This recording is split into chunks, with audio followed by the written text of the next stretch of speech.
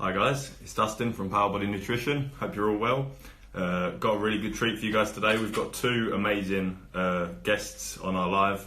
We've got Evan Centopani and Derek Lunsford from Universal and Animal. I'd love to explain those brands to you, but who better than Evan, who I can see has just joined. There we go. Fantastic. Guys, if you don't recognise those brands, hopefully you'll recognise the branding Universal Animal. That's who we're dealing with today. If you've got any questions, here he is. Hi Evan, how are you doing? Hey, what's up, Al? How are you? Yeah, I'm great, mate. How are you? Yeah, what's the latest? Good, good. Hopefully. Let me just get this set up a little bit better here. There we go. Thanks so much Okay. for coming on, Evan. Really appreciate you sparing some time for us today. Oh, sure, anytime. Of course, of course. Yeah, that's great. I can see. I'm not sure if you can see the comments there, but one of our athletes, Rax Fitness, is a huge fan of yours. So I'm sure he's going to. Oh, I've seen him make some comments on some posts. Yeah. Yeah. So yeah, Rax, if you have any questions whilst we go along, feel free to feel free to get them in, and we'll ask them. Okay, Evan. So if you don't mind, obviously we're a supplement company. I'd love to start with some questions about the supplements that you take. Obviously Universal and Animal. So I suppose just a really open question. Could you just take us through some of the supplements you like to use from those brands? Yeah. I guess if I was going to break it down, I would kind of categorize the supplements I use, kind of some of them are more like sports type supplements, and then the other ones maybe are geared more toward like health and wellness. And then of course there's some that overlap. So, two things that I never take out of my diet are Animal Pack and Animal Omega, because for me, making sure I kind of cover the bases and make sure I have the right, vitamins, minerals, fatty acids. For me, that's most important. And this is something I try to explain to people. It's amazing how many people start talking about taking advanced things and they don't even, cover the basics. And then let me preface all of this with saying, that a proper diet is, most important before we even talk supplements. But of course, we're talking supplements because, we're doing our best with our diet. And then we're going to try to fill in, whatever gaps might exist with those supplements to supplement our diet. So Animal Pack and Animal Omega for sure. And then when it comes to kind of more like, I guess you could say sports stuff, what I include around like my workout, I've been a long time fan of Animal Nitro. All the recent research is kind of showing now the superiority of essential amino acids compared to branched chain amino acids. And, the key thing with amino acids, when you talk to people, they'll be like, oh, they're just aminos, do they really work? And the answer is yes. However, you've got to use them in an efficacious dose. You've got to take enough of them. Yeah. It's a lot of, and that's with anything, you have to take enough of it for it to work. So with the product like Animal Nitro, 3, sometimes even 4 packs of it during my training, combined with, a carbohydrate source. I like Carbo Plus, and I'll add some glutamine and creatine to it. And for me, I know it's maybe very simple, but it works great. Fantastic. Here we go. I brought a few things with me just so I could show off whilst we go. And a lot of these things that we're talking about, amino acids, glutamine, creatine, vitamins, minerals, essential fatty acids, for a lot of people, they're not like so sexy. They're not the newest, craziest, cutting edge thing. But these are things that work. Yeah. These are things that have worked for the past, 20, 30 years, and they're going to continue to work for the next 30 years. So yeah, I think they're very important. Great. And Animal Meal, I'm sure. Do you guys have Animal Meal yet? I'll be honest, I'm not sure. I'll have to check our list for that one. I'm not sure if we have that. Are you familiar with it? I'm quite familiar with it. It's like a competitor for the real carbs and things, isn't it? Well, it's compared to, because a lot of people will say, oh, it's like real food, which, however, is just like a carbohydrate product. Animal Meal being, carbs, proteins, fats, very balanced, no artificial sweeteners, colors, flavors, so it's all natural. And, I always tell everybody the same thing. Whole food is best. and, you know, try to get your meals in. However, you know, we're all faced with the reality. Sometimes we can't get, you know, we can't sit down and have a whole food meal. Maybe we're pressed for time. It's just not available, whatever the case may be. So in that case, I say, you know, having a product like Animal Meal is extremely valuable because, you know, you don't have to miss a meal. Yeah. Yeah. And you don't have to feel bad about using it because the ingredients are top notch.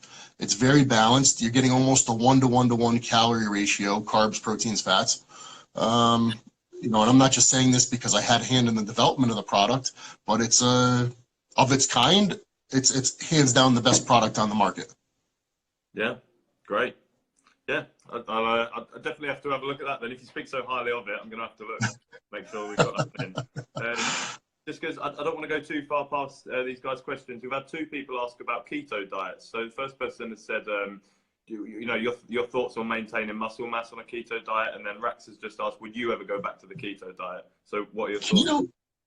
A ketogenic style of dieting, I think, is great in that I do believe it's very healthy, especially for lowering inflammation, because I think what a lot of people don't realize is how inflammatory carbohydrates are.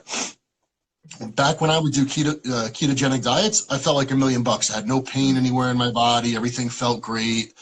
Slept really well. My digestion was great. So I think ketogenic diets are very good, and I think they can take you pretty far. You know, you can get in incredible shape on a ketogenic diet. The only problem I started to have was as I got bigger, it seemed like it was harder to hold on to the same amount of size with a ketogenic diet. And also, I think one of the pitfalls of a ketogenic diet is, and this is at least just what I experienced, my metabolism, you know, after maybe 5-6 weeks would seem to slow down a lot. Right. Compared to when I keep, you know, carbohydrates in the diet, even if there's, you know, very low carbs, it does seem to keep my metabolism going much more. So, you know, what I found over the years was really kind of more of just a balanced diet. You know, maybe, you know, protein always being high, and then carbs and fats fluctuating was really what allowed me to get my best result. Right, that's interesting. So would you agree that in terms of choosing a diet, you know, something that works for you necessarily won't work for everyone, and it's just a matter of 100%. And I would encourage anybody to try different things and find what works best for them. But I think probably the best place to start is, you know, a lot of times people will go to an extreme. They're either part of like one camp or another, where it'll be like, okay, I'm either going to do high protein and moderate carbs, extremely low fat, or I'm going to do high protein,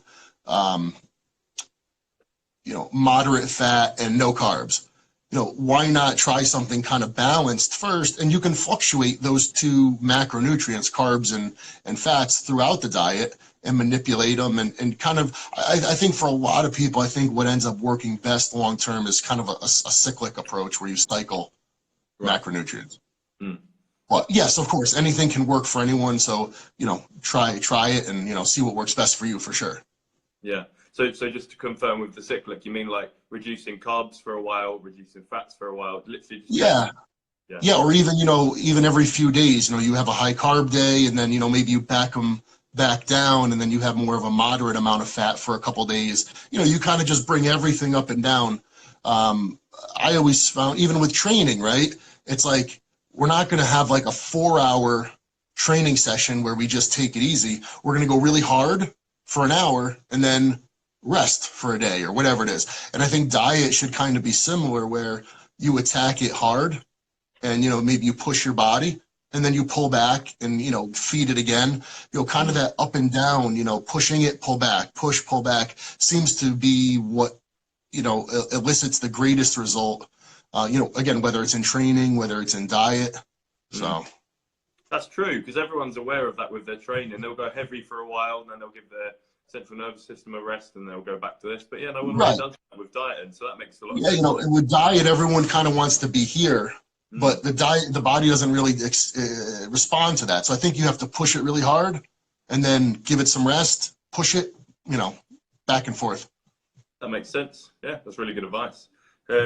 Okay, so on to Next question is a bit of probably a really tricky one, and you may have already answered it. It's which supplement do you think you could not do without if you had to have just one? Well, I mean, if we had, we could certainly live without any of them if we had to. However, the one I find to be the most useful and the one where I'm like, man, this saves my ass over and over again, it's animal meal. Because, Right. if I'm traveling, say I'm on an airplane and maybe I'm traveling internationally and I can't bring food into another country, what am I going to do? The airplane food is lousy. It's insufficient. It's not enough. So a product like animal meal just kind of saves my ass over and over again, whether I'm traveling or even, there's days where,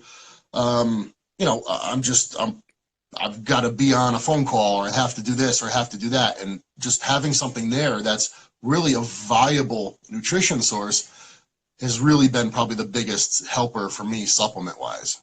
Yeah.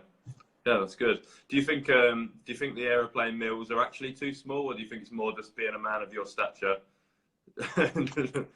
You said the airplane food? Yeah. I think they're probably adequate for, maybe just the typical sedentary individual. But for most of us who are having this actual conversation, probably not enough for any of us. Yeah. Yeah, fair enough. What do you think about this comment that we've just got here? Animal products for muscle gain. Hang on. The problem is animal products, the most is for muscle gain. They have just animal cuts for burning fats. How would you respond to that? So I think he's implying that almost all of the animal range is just for gaining muscle, and then all you've got is animal cuts for losing weight. Well, I think what a lot of people fail to realize is how important muscle is for burning fat. So I think most people, their focus should be, and this is whether you're a middle-aged woman or you're a bodybuilder, focus on gaining muscle because that's what's going to allow you to burn fat long term. That's what's going to raise your metabolic rate. There's a lot of people who focus on dieting, and they never really attain that ripped physique they want because they don't have enough muscle to begin with. So it would kind of make sense that Animal, being the hardcore, bodybuilding company that they are, they understand this. If you look at bodybuilders from the 80s and 90s, they did very, very little cardio, but they trained like demons. They realized how important training was and having muscle mass versus just doing hours of cardio and taking fat burners. So really the right approach is to focus on gaining muscle, training hard, and in turn, burning fat, rather than just focusing on burning fat. Because to me personally, I don't have a need for, they make animal cuts. What else do I need? It's a fat burner and helps you raise your metabolism. If you can't do it, with that diet and cardio, you're not doing something right. Yeah, I think I'd have to agree with that because obviously to lose weight we need a calorie deficit, and I think a lot of people don't realize that you can create a calorie deficit not by changing your diet but by making yourself require more calories. by creating greater expenditure or greater demand, of course. Absolutely, yes. And that's really the better way to do it, because rather than eliminating food from your diet, you keep your food intake high, and that enables you to keep feeding the muscle and increase, the intensity of your training, which is what will help burn the fat. Yeah, that's good advice. So a question, I'm a personal trainer myself, and we get this question quite a lot where I work as well. Some people say, should I cut first and then try and build muscle, or should I try and build muscle and then do a cut? So I'm assuming obviously your answer would be to build first. I think if you're carrying an extreme amount of body fat, where you're, really, really overweight and you have fat hanging off your body, then I think it might make sense to kind of get yourself in order first. Yeah. And then approach building muscle. But I think for most people, no, forego the beach physique, take your time, build muscle, build your physique. And that's what's going to enable you to have the body you want in the long term. If you don't have enough muscle behind it, you're never going to look the way you want. So I think take your time, get big, get strong, then get in shape. Good advice. I'd have to agree with that. Not that I'm the expert that you are, but I definitely agree with that. So next one we've got here is, okay, so you spoke a little bit about this with your eating and then using supplements, obviously as supplements, the clue is in the name. But how do you tend to fit your supplements around your regular diet, your regular eating habits? So, I mean, you know, a product like Animal Pack, Animal Omega, I'll take a couple times a day with meals. And then a product like Animal Meal, believe it or not, and I know it's popular for people to use, you know, a protein powder or any kind of liquid protein source after training. But to be honest, I have a great result using Animal Meal prior to training, like a half an hour before I work out. And I can't tell you why. I have no good reason why this is, but I get an incredible pump. And one of the good things about Animal Meal is because of the carbohydrate sources that were used and the fact that it's got a good amount of fat in there, you don't ever get any kind of blood sugar spikes and drops. It's very, very steady. You get a really good pump during your training, and it never lets you down where, you know, like, oh crap, I'm getting a blood sugar crash or anything like that. So I like using Animal Meal before training. And then I like using, like I said, the carbs, glutamine, creatine, and amino acids during training, which I think makes a ton of sense. 'Cause I get all that in during training, and once training is over, I'm able to just go and eat a meal. Yeah. So I try to keep it very simple. I mean, some people have these really elaborate, you know, supplement regimens. That's not me. I do like to focus on food, even though I do believe in supplements, and I you know, obviously it has its place as I've just, you know, illustrated. But you know, I try to keep it simple. Yeah, good. Yeah, fair play. Good answer. Okay, so the next question was how do you structure your supplements around your training? But you've obviously answered that. So you said you take glutamine, creatine, carbs. Will you just take that all together Yeah. in one? Yeah, just mix it all in. Do you just like clash the flavors, or do you tend to use some like flavorless ones? Oh, well, the creatine and the glutamine are unflavored, Mm. and the Carbo Plus is flavored. So that's really the only flavor I'm working with. And the Animal Nitro is in capsules, which I like because when I'm dieting, you know, say I don't want to have extra carbs or whatever, it's just a plain product. So it's just aminos, and I'll swallow it with some water. So I'm good to go. Excellent. Yeah, cool. Easy one. What's next? We've got, okay, so yeah, this is one. So obviously, most of the people that are asking us about supplements, what should I take, what shouldn't I take, are going to be beginners. So what, you know, maybe small stack of supplements would you recommend to a beginner? I think that for a beginner, I do think a product like Animal Pack, it was actually the first supplement I ever used. Geez, I was probably maybe 14 or 15 years old. But it was good advice. You know, the person that recommended it to me, it was good advice because it encouraged me to focus on the most fundamental things first, which, you know, your food, you know, your food intake, your vitamins, minerals, all those things should be you know, squared away first before you consider anything further. So I would say Animal Pack. And then I think because a lot of beginners, they're not especially proficient in meal prep. I think a product like Animal Meal would be really beneficial to a lot of, you know, when I first started out, you know, Metrex was really popular. And that helped me a lot because, you know, it's at 16 years old, I wasn't, you know, preparing 20 pounds of chicken at a time. And you know what I mean? My diet was much less, I was much less advanced in the ways of meal prepping and creating an actual diet than I am now. So Yeah. I think having a product that'll help you fill in the actual food gaps, you know, like Animal Meal, I think for most beginners is probably the most beneficial. That's great. Yeah, I like that. Yeah, getting your nutrition, getting, you know, everything you need in first before trying to add. Yeah, absolutely. Right. I mean, look, most beginners when it comes to diet are going to be used to the concept of eating 3 meals a day, right? Yeah. Breakfast, lunch, and dinner. So if you could at least take those and then have 2 good quality shakes, you know, some like type of meal replacement shake in between breakfast and lunch and in between lunch and dinner.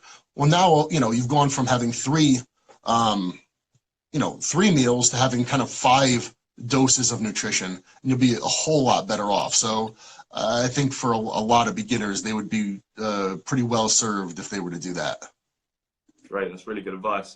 Before it just slips too far off the screen, we had a question from Lily there. It was, do you have any thoughts on intermittent fasting and like maintaining muscle whilst losing fat? You know, personally, it's not something I've ever done, so I can't speak on it, you know, from a personal perspective. The only, and I think that for a lot of people, which I've seen, people have success with it. I would imagine as the individual gets bigger and bigger and bigger, you know, say you're a 250-pound plus bodybuilder, I don't know how feasible it becomes to consume the amount of calories you need in such a short period of time. Right. You know, for me, if I currently eat 5 or 6 meals a day and that's spread out, and that's difficult for me, I don't know how you would condense it into a several hour, you know, a few hour window. Mm. But I guess if you could do it, then, you know, I think then that it sounds like it's fine. And listen, at the end of the day, if you can get a result with something, then you can't argue with the results. I would just imagine that it starts to have limitations as the bodybuilder becomes bigger and bigger, and his Yeah. calorie requirements become higher and higher. Yeah. So she's followed up here. Part of what you said about how many meals you were eating. So I just scroll up, and she said, "Is 5 meals better than 2 meals later in the day?" Okay. So I suppose would you advise then eating more frequently rather than smaller, larger meals? I have no good reason to. I mean, that's been the belief, right? But I have nothing to actually say scientifically that 5 meals is better than two. The only thing Yeah. I can say is that the amount of food that I need to eat during the day, it wouldn't really be possible for me to cram it into 2 meals because it would be just too much food per meal. Yeah. So I personally wouldn't be able to do it. But again, I think if you can do it and you have success with it and you get the result, then you know, I don't think there's anything intrinsically better about 5 meals compared to two. I just think that in some cases the feasibility of it is questionable. Yeah, sure. Especially, obviously, for someone like you said, like yourself, trying to fit your 5 meals worth of food into 3 meals is going to be quite some sit-ins. It's going to be. Yeah, because I mean, as it is, the five, it's hard enough to eat them as it is because they're fairly large meals. Yeah, no, absolutely. Sorry, one more question we had there that's just gone off the screen. Um, Perhaps setting aside bodybuilding for this one, for just your average person, just trying to be healthy, would you say it's important to get a lot of protein in your first meal of the day? I think it's probably important to get a lot of protein in every meal. I think that protein is probably the most fundamental macronutrient that we have. I have this discussion often with people who will tout the importance of something like carbohydrates. And I'll say, well, if you really consider it, I think protein and fats are much more vital Mm. than carbohydrates. Carbohydrates, of course, especially in athletics or a sport like bodybuilding, they certainly serve a purpose. Mm. But from a nutritional perspective, and even more so a health perspective, there's not really anything that carbohydrates provide. Vegetables, I think, highly important, which I guess technically you would say they're carbohydrates. They're starchy, fibrous, or not starchy, but fibrous carbohydrates. But in terms of starches, like rice, potato, pastas, things like that, I don't think you really need them. And there's certainly nothing that they provide, in terms of vitamins, minerals, Mm. whatever, that isn't much more highly concentrated in fibrous carbohydrates like leafy green vegetables.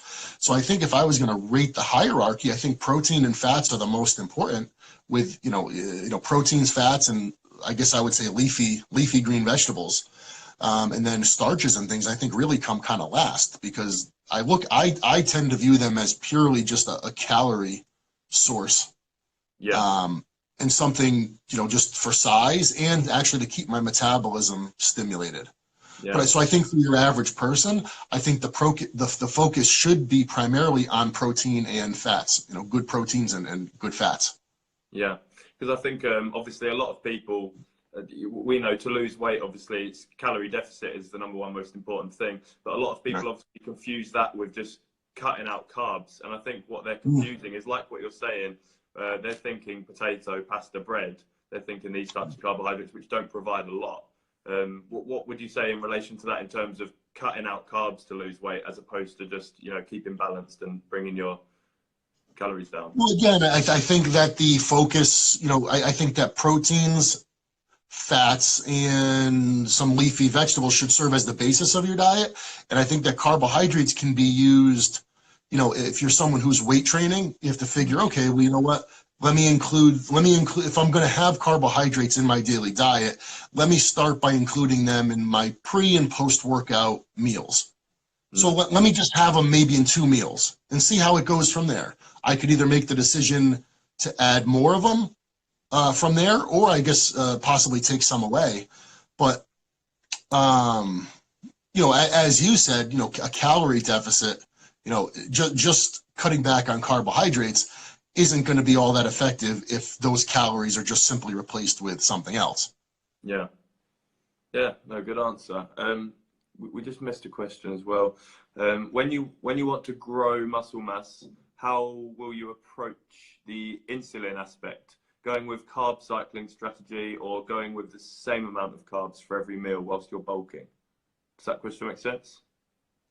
Yeah, I mean, I don't necessarily look at it in terms of insulin release or anything like that. Just viewing carbohydrates as a calorie source. And okay, if I'm eating X amount of food every day and my macronutrients look like X, I'm either gaining size and strength at an acceptable rate, or I'm not. So if I'm not, then I'm going to make a decision to maybe just increase the calories, or jack up the carbohydrates. When I'm gaining size, there's only so much protein and fat that I'm going to consume, right? Yeah. There's only so much. So after that, that's when I look to carbohydrates as kind of just the calorie source. Yeah. And if I'm not gaining the size that I want to gain, then I'm probably more likely to just start increasing carbs. Again, I'm not looking at it in terms of any kind of, from the aspect of insulin or anything like that, but just as a calorie source. Yeah. Yeah. Yeah, good answer. Yeah, I hope that answers your question. Person who wrote that. So we've got a question here from Kev, who I'm assuming, Kev, you must be you must be competing soon. He said, how low would your carbs be 10 weeks out? So it's difficult. It could be. Depends. It really depends on the individual, the size. Could be anything. All things are relative. When people say, well, I'm doing this, is this okay? Say, I don't know. If it's getting you the result that you want, then it's great. Like if a bodybuilder approached me and he was 5 weeks out from a competition and he said, okay, take a look at me. And I look at him and I say, okay, he looks on track for 5 weeks out, and he tells me he's been eating a dozen donuts a day. And he says, is that bad? I would say, well, if you're able to look the way you look eating a dozen donuts a day, I guess it's not really bad. If you have 5 weeks to go and you need to get tighter, then maybe instead of eating a dozen donuts a day, maybe have 6. So of course I'm being dramatic, but everything being relative. So carbohydrates being no different. It really just depends on the individual. It depends on what you're able to look like consuming X amount of carbohydrates, and that's it, really. So I'm assuming then, obviously, you'd recommend these people just speak to a trainer, speak to someone who can actually see them and deal with them specifically. Yeah, I mean, or you're able to just look at yourself and say, okay, I'm 10 weeks out and I'm consuming, and again,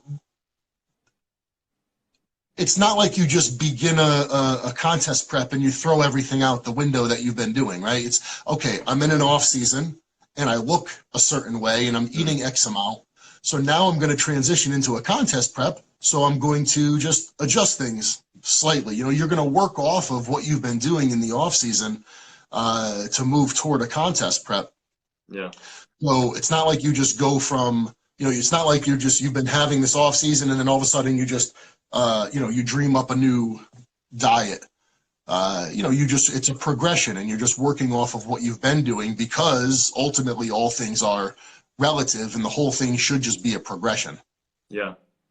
He's commented back saying, obviously, you know, he's got to get to a certain weight and he's doubting himself. I think that's quite common, right? Well, obviously, I've never competed myself, but when you're getting ready when you're in your prep, is it normal for your mood to be all over the place and, you know, to think you feel small or you feel too big, or does it play? Yeah, I mean, no bodybuilder ever feels big. Yeah. I mean, maybe for a few fleeting moments in the gym, you know, when you've got a good pump, you actually feel like somebody.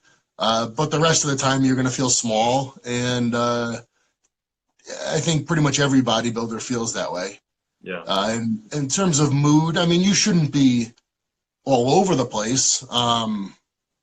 If that's, you know, if you're having all sorts of mood swings, or you're feeling depressed, or, you know, terribly off, then I would say maybe something's wrong, and you know, you need to address whatever your protocol is. But yeah, you know, a contest prep can be pretty trying. There's ups and downs, and you certainly need to hold it together mentally. Mm. Yeah, it's true. Good advice. Yeah, but for your answer, Kev, yeah, so I suppose it's quite normal, isn't it, to get down to everyone feels that way. That's it. Yeah, it could be a little painful. Yeah, absolutely. So next question, where have we got to? Oh, okay, so just speaking, I know you mentioned it briefly, speaking a little bit about pre-workouts then. So your favorite pre-workout? Yeah, see, I've never been a fan of stimulant, you know, based products or caffeine products. I guess a lot of it is just me being incredibly fortunate in that I'm able to, you know, sleep well every night and be rested. And, you know, I'm pretty consistent with my diet. So what's most important to me is making sure that, you know, I don't tend to look at things in terms of, okay, what I'm doing 20 minutes before I work out. It's more of what I've done in the 24 hours prior to me working out. You know, is my body loaded with food, and is it hydrated? Am I filled with glycogen? If it is, then I'm probably going to have a good workout. It's not like I can neglect those things and then just take a product and have a great workout. Yeah. I mean, maybe you could, but long term, it's not going to yield the result that you're after. So I've never been a fan of stimulant products. I've used them on occasion, you know, maybe if I was dragging or whatever it is, but it's very, very seldom. So what I like to have pre-workout is really just more nutrition. And as I said earlier, for me, that's animal meal, because for whatever reason, and again, I have no good explanation as to why this is, but when I use it prior to training, I just have a really good pump. Yeah.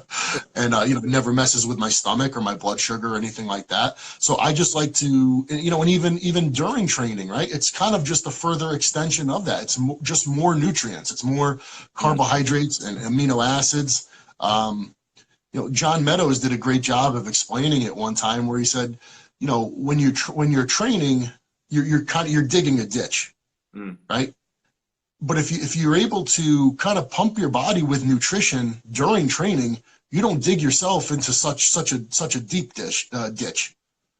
So it makes a huge difference in terms of recovery if you go into a workout loaded with nutrition, and then even during the workout, if you're able to feed your body with more nutrients, your recovery will be tremendous, because you didn't create such a massive hole.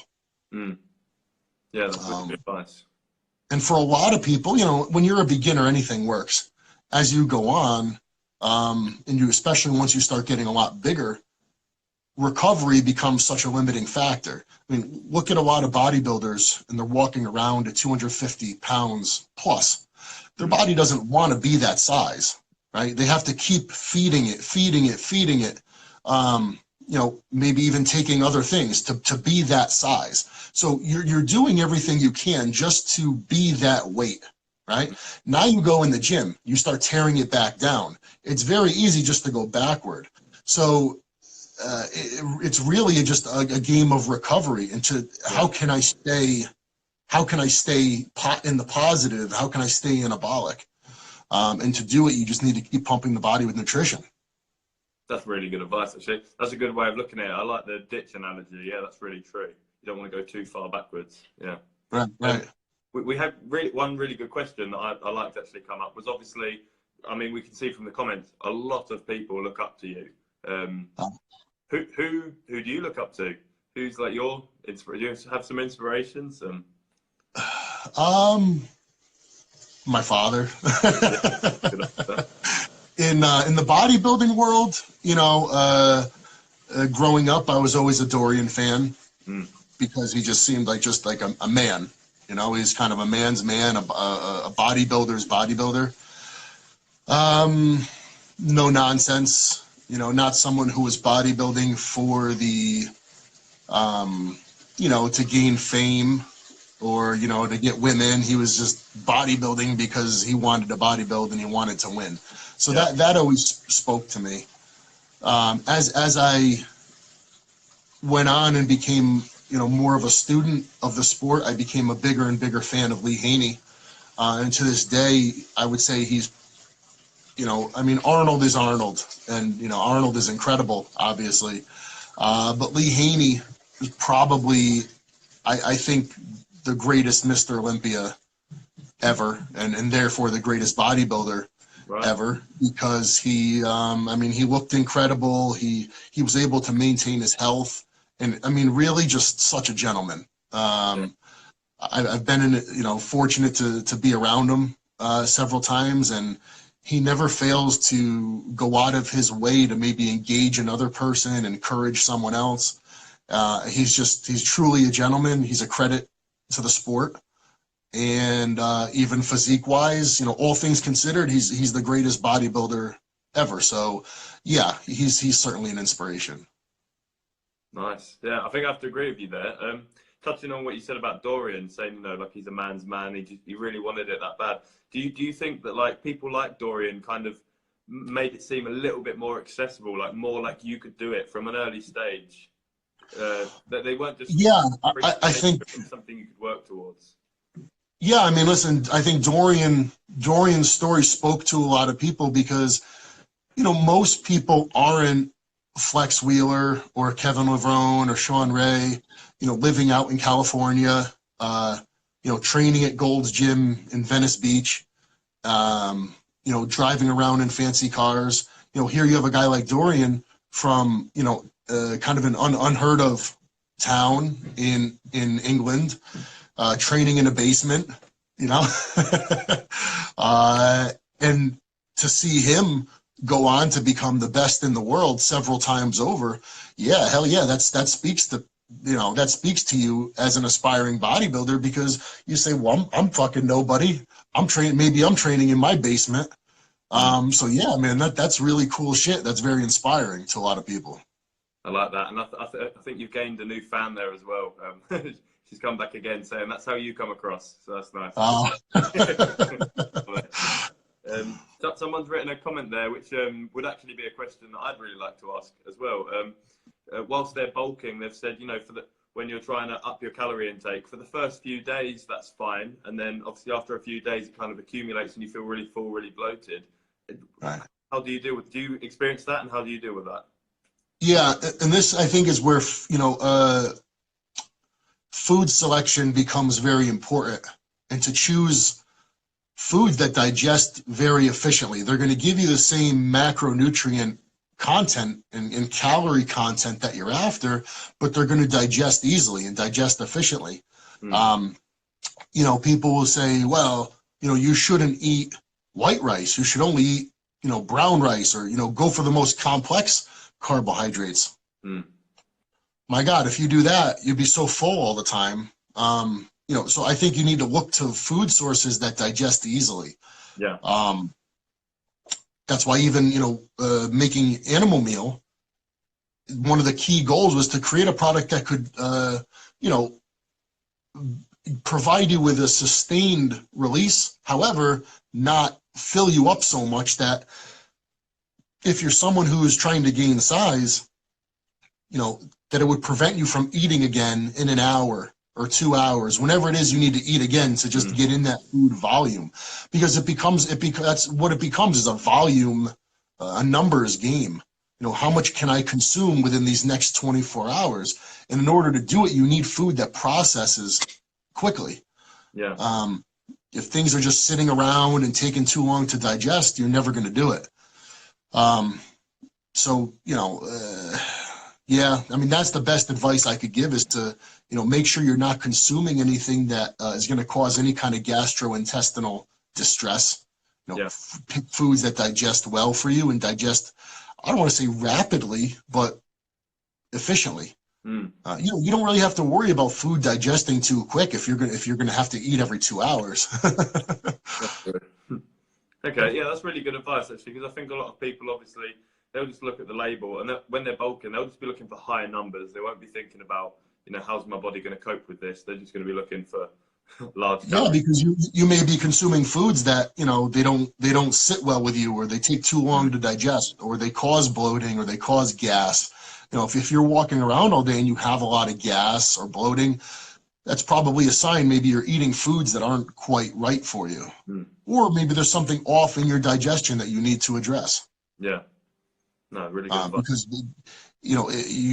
you're going to need to consume a large amount of food and a large amount of calories. So you need everything, moving along at a really efficient rate. So it requires both good food choices, but also that your system is in good shape. Yeah. No, good advice. That's great. Do you mind if I ask about your training? What's your training split at the moment, and how many rest days do you tend to take a week? For quite a while, I was training 4 days a week, doing one major body part on each of those training days. However, I recently put together a home gym, and part of the reasoning was okay, if I go in and I train legs on a Wednesday, right, waiting again a full week to do legs, I've found, and a lot of this happened when I had the injury, I felt like I needed to train it a little more often, because maybe the intensity wasn't so high, or because the weight that I was using wasn't so tremendous. And that it paid some kind of dividend to neurologically, train it a little bit more often. And that's what I came to realize, was that there seemed to be a large neurological benefit to training a little more often. So what I've been doing would say something like legs. Okay, I'll go in the gym on a Wednesday, train quads, and maybe not train myself into the ground. Yes, still be very intense, still pushing the maximum weight that I can push, but really keeping the volume fairly low, and then go down my basement on, say, a Sunday afternoon and train legs again. And that has made a big difference. Training certain body parts, maybe that for me have been a little more troublesome, training them a little more often, but not at the expense of intensity or weight, because I found that neurologically it seems to have a little bit of a benefit. Okay, yeah, that's good advice. Yeah, I've always lived under the assumption of training something twice a week is obviously going to be much better. Training something more frequently is going to help you grow. So that's good. Yeah, I mean, look, if you could train something every day, if you could stay in the gym 8 hours a day and train and recover and do that every day, well, it stands to reason you're going to be bigger and stronger than the next guy. But unfortunately, most of us, can't do that and recover. So again, it always comes down to recovery. And if you can recover, then training frequency, you would want training frequency to be as high as possible. Yeah. Assuming you can recover. Yeah, that's good advice. Yeah, because I think that's a lot of people don't tend to listen to their body, and they'll get set into a routine, push pull legs or back and biceps, chest and triceps, whatever it is you're doing. And then when it comes back round to chest day and your chest is still sore, and they'll train anyway, even though they haven't recovered. And everyone's different in that, certain people, I have body parts that I can just beat on them and they don't get really sore. They tend to be my stronger body parts. And then there's other body parts, they tend to need a little bit more attention. So I don't believe in just you have to do what's right for you. And, maybe train, certain things might need more attention. Some things might need less attention. Yeah. And that's fine. Yeah. No, good answer. Sorry, Evan, I'm not done with my questions here, and I'm enjoying the chat. I've just noticed I don't have a clock in my room, and Instagram will boot us off after an hour. So if I do vanish suddenly, I'm really sorry. I'm not sure how long we've been on here, but we'll go until we get booted off. So Yeah, sure. if you're happy to. Okay. So do you change your supplements on rest days and training days? Obviously, aside from your pre-workout, maybe. Do you take the same thing on rest day and training day? I try, and even with diet, I tend to try to keep it the same as I would. And people say, well, why wouldn't you maybe reduce it a little bit because, you're not training, on that day. And I always felt like, okay, well, I might not be training, but I'm recovering. So I don't know, I'm still going to keep it just as high. I've never altered it between training days and rest days. Maybe it would be beneficial to do so, but I don't. I just keep it simple and I do the same. Yeah. Cool. Okay. That's good to hear then, because I do that, but I've never known if it was the right thing to do. But if you're saying it's the right thing to do, then I'll take it. I don't know. I don't know if it's right, but that's what I do. Well, as you said, results speak for themselves, right? So if that's something that you do and you look the way you do, I'm gonna keep on with that one.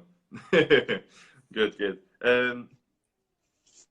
Okay. No, we've already done the workout routine. Okay, so when you change, so perhaps obviously the diet one might be a bit more obvious here, but supposedly with supplements.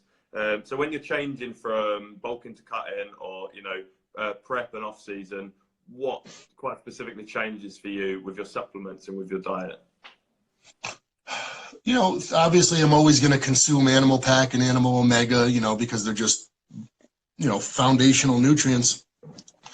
The only thing really in my regimen that might change is, maybe the consumption of carbs during my training. So Carbo Plus, but again, that's something I try to keep in there as long as possible, and only cut back on it if I need to.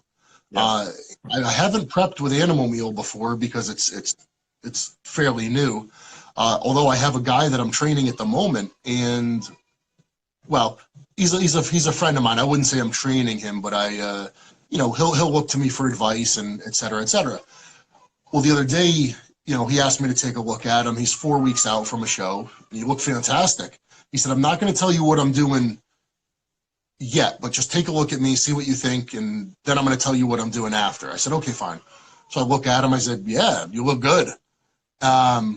He goes, don't be mad at me. He goes, but I've been having animal meal for two of my meals each day. Which normally I would say, listen, if you're that close to a show, I would probably cut it out and, put in whole food. But I said, you look good. I guess I would probably just keep doing it. I don't even know that I would change it. So if it were me, that might change, but it might not. I might just keep it in anyways. So it would probably just depend on how I look and feel. So it really wouldn't change a whole lot, to be honest, my supplement regimen between pre-contest and off-season. Yeah, that's funny that you thought you were going to be mad at him for but it's exactly like you said with the donuts. If obviously that's extreme, but if it works, then it works. And you can't... If you look good, I can't argue with it. Yeah, that's it. We've got a good question there. She said, what age is it safe to start training? I mean, I know there's all different kinds of training, but could you maybe shed some lights on your thoughts on, training for bodybuilding, muscle growth at a young age?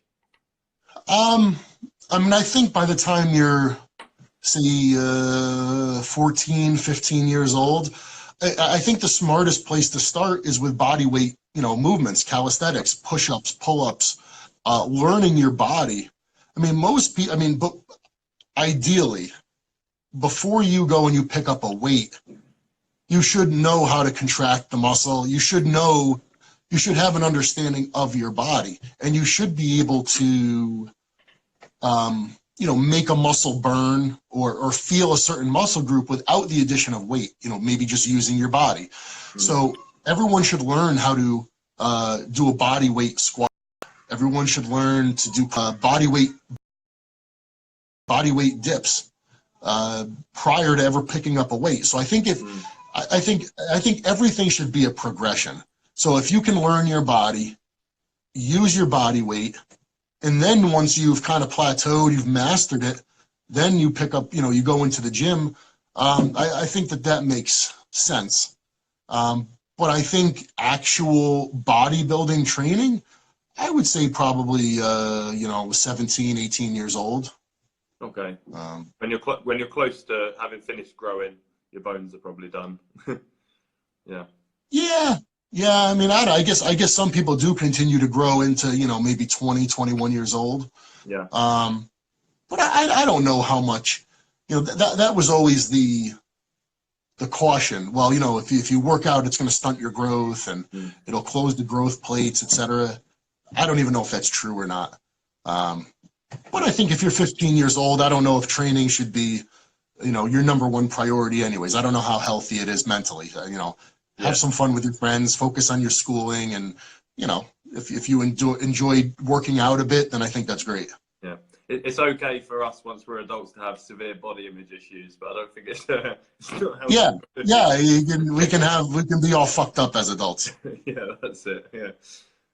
No, I didn't start that young, thankfully. What age did you start out of interest? When did you start training?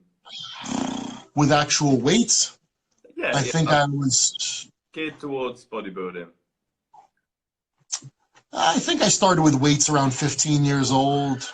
And by the time I was 18, I was pretty serious about it already. Okay, sweet. Yeah, starting early. I guess so, yeah. Yeah, that's it. I had body image disorders. I still do. Were you naturally quite big, or did you have to start from very small? Well, I was really overweight as a kid. Okay. So when I started, I think at age like 14, I was just doing like long distance running because I was trying to lose weight. So I was running a lot and pretty much starving myself. And I lost like 70, 80 pounds, but still didn't look the way I wanted to look. And that's when I started lifting weights. Yeah. No, good. That's it. Just touching on what you said about, obviously it's mind muscle connection. You're seeing these young lads doing weights and whatever, but I see it in my own gym, they're doing it all wrong. And I completely agree with what you said about doing the body weight, just about getting that mind muscle connection to actually know what it is that you're doing rather than just slinging heavy weights around that you're struggling to manage. Yeah. Sure. Good advice. Yeah. I mean, like there's even, even as an advanced bodybuilder, I still find myself sometimes either reducing the weight significantly or getting rid of weight entirely in order to reestablish a greater mind muscle connection. There's a difference between using your muscle groups to complete the work versus just, using tendon strength. Yeah, that's true. Yeah. So, I mean, I'm sure you must have some, or you've probably overcome them by now, but you must have had them before. So for me, one personally is, I find it easy, good mind muscle connection in my chest and in my delts and things. I struggle in my lats and in the center of my back, because obviously you've got your biceps and your grip strength and everything's playing a factor. Is there something like that you've struggled with, or did you manage to get round? For me, chest was a difficult one for a long time because my shoulders and my arms would kind of take over everything. Yeah. But that I took care of that. I've gone back and forth over the years with my leg training, where sometimes glutes will take over, or sometimes they won't be engaged enough. So it's kind of like you're always trying to find this balance between, activating your quads and your glutes evenly and not having it be all, one or the other. Yeah. No, yeah, good advice. Yeah, it's true. It is difficult, and I suppose it's just one of them things that takes time and experience. Well, yeah, and I think it's important to just be conscious of what you're actually feeling. And a lot of people train to just move weight. And I've been guilty of the same, of course. And, there's certain movements where that is the goal, is to just move weight. However, a lot of time people forget that in bodybuilding, when you're training, sometimes your goal should be to make the movement more difficult. Right, to try to really work on feeling it. And if you're working with a certain amount of weight, you can take sometimes a reduced poundage and make it burn. Really focus on trying to feel it. So then when you go back up to a higher weight, you're still carrying with you that same connection. Because you don't want to get in the habit of just moving weight. because usually the result is not only do you not get good, you know, muscle growth and good muscle activation, but it's going to just beat the living hell out of your joints. That's good advice, and I think that's true. I think I've been very guilty of that myself. Actually, is just so desperately wanting to move heavier weights that your form goes out the window, and yeah. And I think there's a time. I think there's a time and a place for that, but I think it just all has to be balanced. Yeah. No, great advice. So I just want to, I believe it is 5 o'clock now, or 11 where you are. So I think we're going to get cut off any second. So I thought we'd better round it up before we get cut off. So I just wanted to say mainly, Evan, like, thank you so much for setting some time aside to talk to us today. It's been really inspiring, really knowledgeable. I'm sure everyone's got a lot of viewers. So thanks for having me. I appreciate it. It was great talking to you, and hopefully see you soon. Yeah, fantastic. Hopefully we can do it again sometime. Okay, sounds good. Take care, Evan. Thanks again. I'll see you.